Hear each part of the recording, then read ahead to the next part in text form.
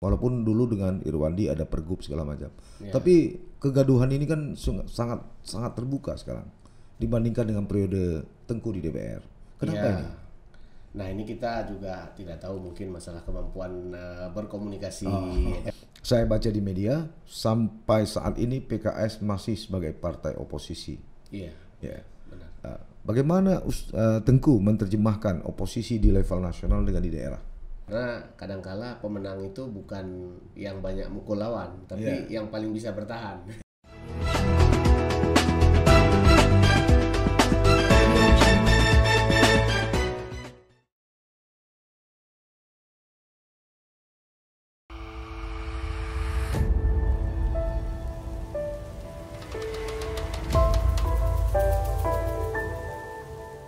Assalamualaikum warahmatullahi wabarakatuh. Sahabat sisi lain, selamat bertemu kembali malam ini. Hari ini tanggal 1 Januari 2021, mengawali tahun baru Masehi ini, tentu perlu spirit baru, semangat baru untuk menuju kemajuan yang lebih baik dari tahun-tahun sebelumnya. Telah hadir Tengku Mahyarudin Yusuf. Assalamualaikum Ustaz. Waalaikumsalam warahmatullahi wabarakatuh. Ya, ada yang panggil Ustadz, ada yang panggil Tengku. Ya. Karena di Aceh kita panggil Tengku. Siap. Pertama kami ingin mengucapkan selamat kepada Tengku Mahyarudin Yusuf Alhamdulillah. atas amanah yang telah diberikan oleh kader, tokoh serta simpatisan Partai Keadilan Sejahtera untuk memimpin PKS 5 tahun ya. Ya, 5 tahun ke depan. Nah, Ustadz mengawali atau Tengku mengawali tahun 2021 ini,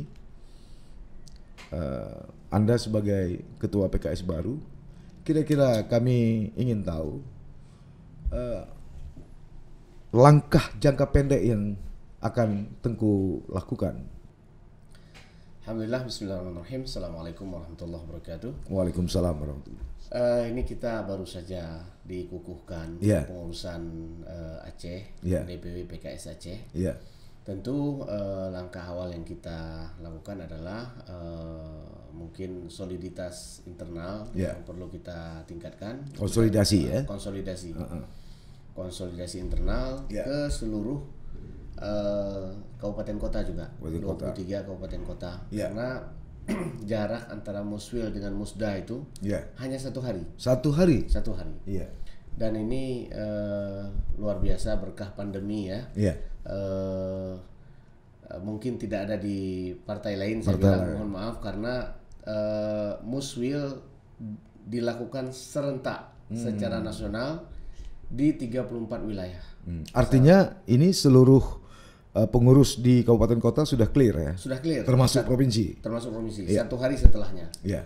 Dan alhamdulillah 23 kabupaten kota sudah clear. Sudah dan clear. tentu mereka juga sedang dalam penyusunan struktur lengkap dan konsolidasi struktur internal. Iya. Dan setelah itu kita langsung action untuk memberikan pelayanan terbaik kepada masyarakat. Sebelumnya Tengku juga pengurus PKS Sebelumnya pengurus PKS di bawah Ustadz Gufron. di bawah Saud. Posisi apa waktu itu? Pernah bendahara umum, Bendahara umum. pernah ketua deputi pembinaan umat, Iya. dan juga pernah beberapa bidang yang lain termasuk bidang Bapilu ya. Bapilu. Nah, ini menarik. Kira-kira agenda apa dari periode lalu yang belum terselesaikan sehingga Tengku harus menyelesaikan di periode Tengku ini? Ya, tentu kalau dibilang agenda cukup banyak. Cukup banyak. Ya, cukup banyak agendanya. Yang jelas kita bagaimana sesuai dengan visi Ya. Partai Keadilan Sejahtera Iya. menjadi Partai Islam Rahmatan lil Alamin. Ya, yang kokoh Iya. dan terdepan dalam melakukan pelayanan terhadap rakyat dan negara kesatuan Republik Indonesia. Indonesia. Nah, artinya NKRI pun kita lakukan, kita berikan pelayanan terhadap NKRI. Iya.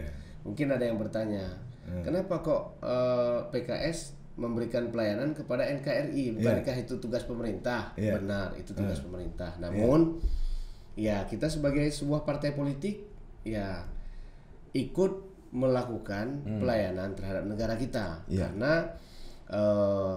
kita melihat pemerintah Ya. belum maksimal dalam memberikan pelayanan kepada rakyat dan kepada negara kesatuan Republik Indonesia. Ya, Banyak tugas-tugas pemerintah yang dilakukan oleh kader-kader PKS dan oleh struktur PKS. Contoh misalnya ya di masa pandemi sendiri, Ya. kan begitu banyak kader yang turun ke tengah-tengah masyarakat. Ya. Ketika bencana alam terjadi, PKS selalu terdepan dalam memberikan pelayanan. Artinya ada 3 pekerjaan. Iya, Kerja sosial, kerja kemanusiaan dan keumatan, iya, dan kerja politik. iya itu dia. Nah kerja politik, suara PKS ini kan kalau saya lihat di DPRA ini kan agak sedikit konstan ya, Iya. naik turun walaupun tidak begitu signifikan. Kira-kira ke depan apa yang Tengku lakukan? Apakah dalam strategi untuk meningkatkan perolehan kursi atau kepercayaan rakyat di Aceh? Kita di 2024 alhamdulillah dapat 8 kursi. Target itu?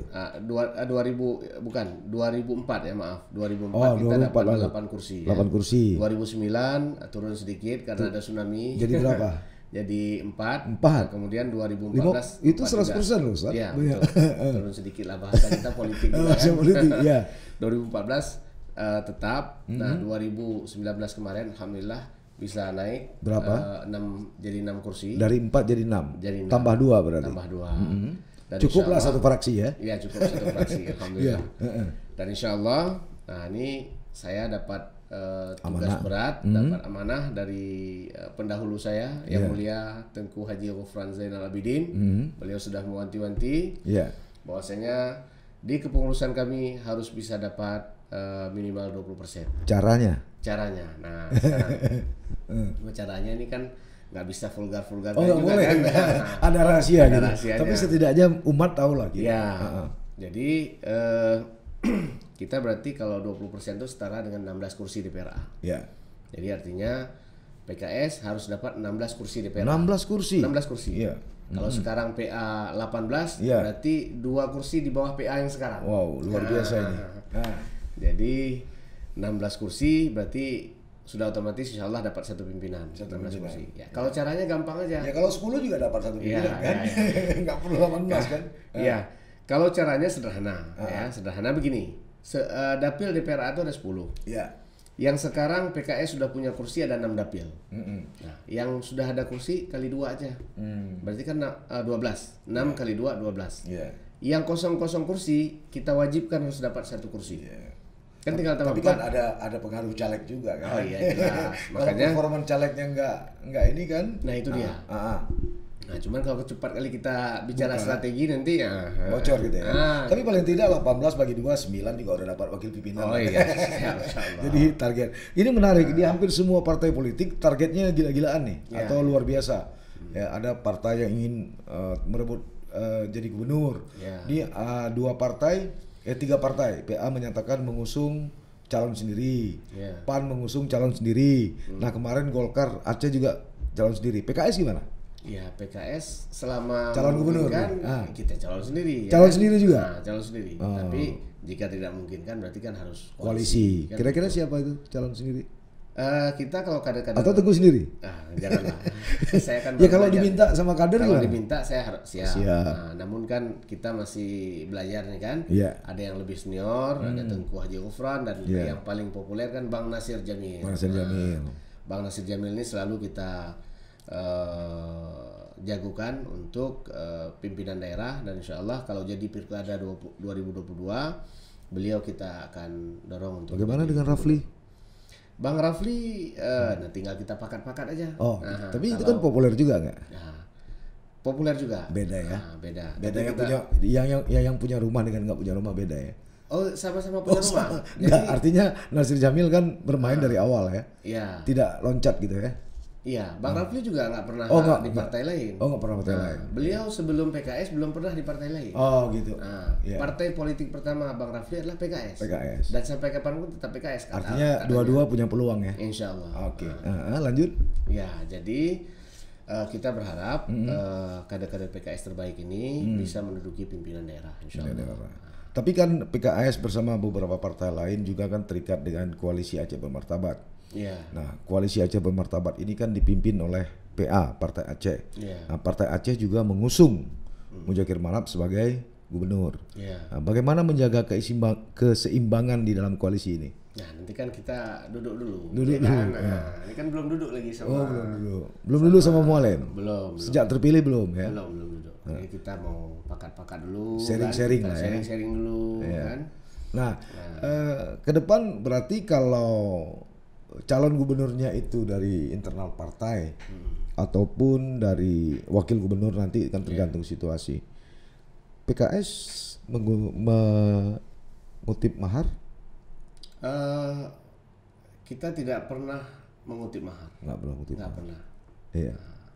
Cuma kalau bahasa Bang Tifatul sendiri dulu kan Infak. begini.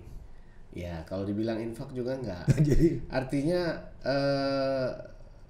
lebih kepada misalnya biaya kampanye. oh iya, normatif lah itu ya. Ya kan bendera. Masa kita mau tempur nggak tak ada tando-tandonyo kan kata Bang Tifatul sendiri waktu itu.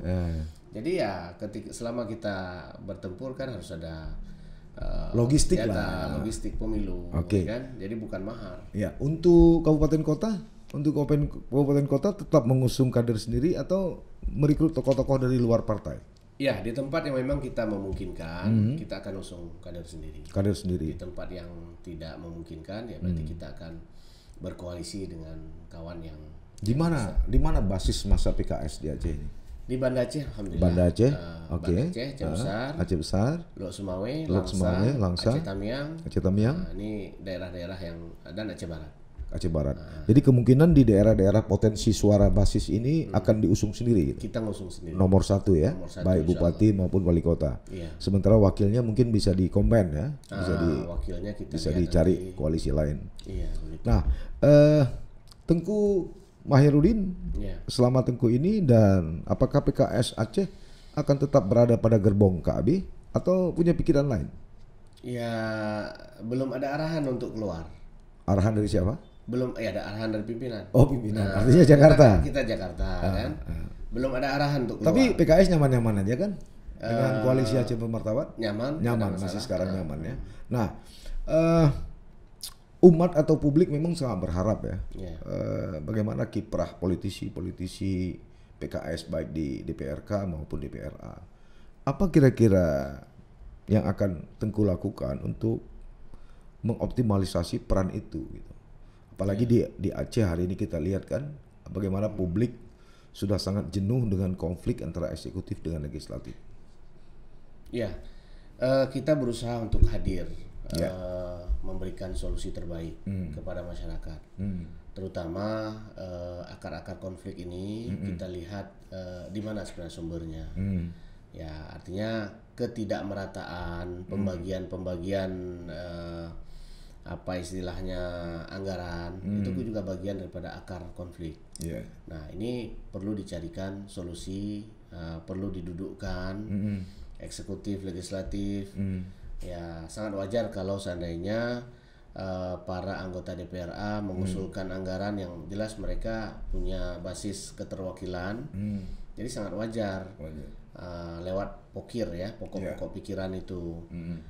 Jadi harus difahami oleh masyarakat bahwasanya pokir itu adalah untuk membantu mereka begitu. Jadi dan pokir itu bukan dalam bentuk dana cash tunai begitu, Tapi bukan. program ya. Tapi program yang diusulkan oleh masyarakat.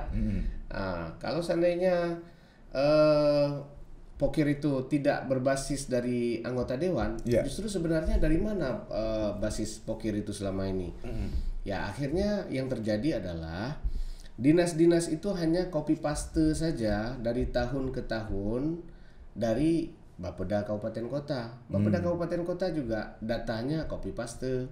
Akhirnya numpuklah di anggaran itu di tempat-tempat tertentu sehingga tidak terjadi pemerataan pembangunan. Akhirnya banyak sekali anggaran yang tidak tepat sasaran. Ini juga berdasarkan pengalaman Tengku ketika anggota DPR ya? Iya jelas, kami melihat betul waktu itu dan kami mengkritisi benar ini persoalan-persoalan seperti ini. Bayangkan, Tapi kan tidak sampai seperti sekarang ini kan, walaupun dulu dengan Irwandi ada pergub segala macam. Tapi kegaduhan ini kan sangat terbuka sekarang. dibandingkan dengan periode Tengku di DPR. Kenapa ini? Nah ini kita juga tidak tahu, mungkin masalah kemampuan berkomunikasi, ya kan? Iya. Egosentris ya. Ya, jadi sebenarnya ini perlu ada saling dewasa antara eksekutif dan legislatif ini, perlu meningkatkan kapasitas komunikasinya, gitu kan? Kemampuan komunikasi. Hai jamun berat sih konflik ji, tapi hana ya terbuka begitu kan begitu. Jadi yang paling penting sebesar apapun konfliknya tetap bisa dicarikan solusinya. Nah di ketua pusat ya, ketua DPP apa istilahnya apa? Kita DPP. DPP PKS itu menyatakan, saya baca di media, sampai saat ini PKS masih sebagai partai oposisi. Iya. Benar. Bagaimana Tengku menerjemahkan oposisi di level nasional dengan di daerah? Ya, oposisi kalau di level nasional tentu yang memainkan adalah DPP ya. Kalau di level daerah, oposisi kita bukan berarti kita ketika tidak berada dalam barisan pemerintah kemudian kita menjadi barisan penyerang. Tidak juga begitu. Nah, nanti dibilang barisan sakit hati ya. Dibilang barisan sakit hati. Ketika kita tidak dalam barisan pemerintah, maka kita bisa melakukan kritis atau otokritik dalam hal-hal yang memang sangat layak untuk diberikan masukan-masukan, saran dan sebagainya. Tapi ketika ada yang baik dari pemerintah, ada produk-produk yang bagus yang dilakukan oleh pemerintah, ini wajib untuk kita dukung. Artinya bagi PKS kalau wajib untuk kita dukung. Artinya kalau bagus untuk rakyat, PKS dukung. Wajib didukung. Kalau tidak ya tetap harus dikritik. Begitu. Karena itulah mungkin, karena sikap itulah mungkin PKS masih bertahan kan? Nah, jadi enggak juga sebenarnya. Oh, enggak juga. Ini persoalan kita bertahan ini kan banyak persoalannya. Ya, mungkin. Enggak, maksud saya konsistensi PKS ini dinilai oleh masyarakat sebagai kapital politik. Misalnya PKS respon terhadap bencana-bencana alam, responsifnya terhadap situasi keumatan. Ini kan sebuah modal politik sebenarnya kan? Alhamdulillah. Jadi yang paling penting hari ini cerita bertahan tadi juga itu sangat penting ya. Karena kadangkala pemenang itu bukan yang banyak mukul lawan, tapi yang paling bisa bertahan. Yang membuat lawan lelah kan? Capek dia kan, jatuh jadi diri. yang paling bagus adalah kita memang memiliki kekuatan bertahan. Dalam politik itu juga sangat penting. Gitu. Nah tadi Ustadz atau Tengku menyebutkan kemungkinan di 2024 atau 2022 ya, kalau jadi Pilkada Aceh, PKS akan mengusungkan Nasir Jamil sebagai salah satu kandidat. Siapa kira-kira wakilnya? Kita sedang melakukan penjaringan ya. Penjaringan secara internal atau eksternal? Internal dan eksternal. Jadi kalau kita jadi gubernur, calon gubernur, berarti ya wakilnya tentu dari eksternal. PKS kan nggak mungkin kita naik sendiri, gitu kan? Dari partai politik, atau dari profesional atau dari yang jelas kalau kondisi 6 kursi DPRA sangat mungkin itu dari partai politik. Karena kendaraan kita juga belum penuh kan? Kita memastikan dulu kendaraannya cukup, dan memastikan kendaraan cukup ini berarti kan dari partai politik. Kecuali ada partai politik pendukung mengusulkan nama lain, tapi mereka mendukung, nggak ada masalah ya? Nggak ada masalah. Nah kalau kemungkinan kursi Aceh 1 ini tidak terpenuhi, kalau ada yang pinang PKS menjadi kursi nomor 2 gimana? Ya itu sangat memungkinkan saya kira. Sangat memungkinkan. Nah, makanya kita kan duduk dulu dengan Partai Aceh, duduk dulu dengan Partai Demokrat, dengan Partai Golkar. Ini kan nggak ada masalah saya kira ya. Namanya juga silaturahim, ya kan gitu. Jadi artinya PKS membuka diri dengan semua partai politik untuk berkoalisi dalam perebutan kursi kepala daerah. Membuka diri berkomunikasi. Kalau koalisi kan belum tentu. Kan, gitu. Koalisi itu kan tergantung dari hasil komunikasi. Nah dari yang Tengku Mahyarudin tahu ya, dari teman-teman di parlemen khususnya dari PKS, bagaimana situasi pilkada di 2022 atau 2023 atau 2024? Sebab saat ini nggak ada letupan-letupan saya lihat, landai-landai saja. Info dari kawan-kawan ini sangat 50-50. Jadi dimungkinkan jika ada desakan dari masyarakat Aceh yang kuat, ya. Kalau di pusat mungkin sudah final, artinya tidak ada. Jadi 2024 sekalian semuanya. Namun ya di sini kan kita punya kekhususan dan berlaku khusus.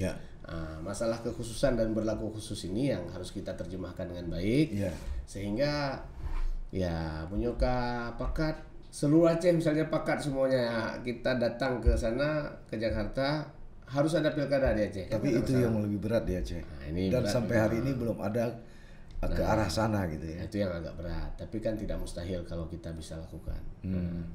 Iya. Mana bagi PKS mana yang lebih strategis? 2022, 2023 atau 2024? Ya, karena kita memang partai politik, ya kita harus mensegerakan terjadinya suksesi. Oh gitu. 2022 tuh wajib ada pilkada di Aceh. Iya. Itu wajib ada pilkada di Aceh. Kalau tidak ada, inilah sebuah kemunduran demokrasi. Tapi PKS sendiri kurang bersuara untuk itu kan? Oh sangat, kita sangat besar suara kita, cuman nggak didengar aja. Iya kan? Iya. Jadi harus ada pilkada di Aceh 2022 itu. Kalau tidak, ini adalah merupakan sebuah kemunduran demokrasi.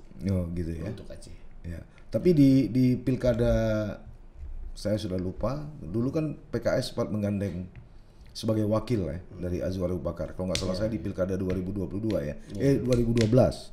Pilkada 2012 PKS pernah berkoalisi dengan PAN. Azwar Abu Bakar sebagai gubernur, Nasir Jamil 2007. Oh 2006 mungkin 2006. Cuman pelantikannya di 2007. Oh, waktu pilkada pertama dengan Irwandi ya. Dan itu kalah ya. Kalah artinya tidak terpilih. Itu akan bisa menjadi pelajaran ya buat PKS ya untuk bisa menang ya. Iya, selalu lah. Selalu semuanya kejadian itu kan harus kita ambil pelajaran. Dan PKS memang selalu mau belajar. Ya harus. Gitu ya. Termasuk mendirikan sekolah-sekolah gitu ya. Dalam rangka mencerdaskan umat ya. Ya, ini segmen lain lagi. Kalau mendirikan sekolah-sekolah itu kan sebuah cita-cita politik ya. Mencerdaskan anak bangsa. Umat lah. Mencerdaskan umat. Nah, itu wajib. Kalau misalnya Partai Aceh meminang PKS itu gimana? Ya sangat baik, saya kira sangat bagus. Dan kali ini memang sangat pas, sangat cocok itu kalau dengan Partai Aceh itu saya kira. Sangat cocok ya.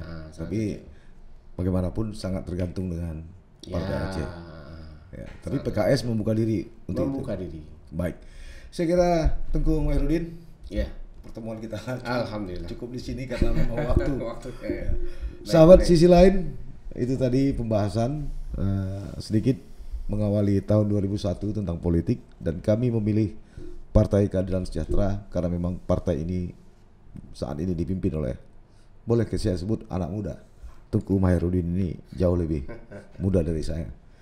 Selamat sekali lagi Tengku Muhyiddin, semoga di 2021 masih ini PKS terus berkembang, terus maju dan terus dipercaya oleh rakyat. Dan tentu saja harus dengan ikhlas mengemban amanah rakyat. Siap, mohon doa dan dukungannya. Baik, terima kasih, sampai ketemu. Assalamualaikum warahmatullahi wabarakatuh. Waalaikumsalam warahmatullahi wabarakatuh. Jangan lupa like, komen, dan subscribe serta aktifkan lonceng notifikasi.